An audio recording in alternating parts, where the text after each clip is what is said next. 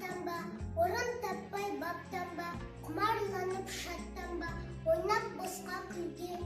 Бес нәрседен қашық бол, бес нәрсеге асық бол.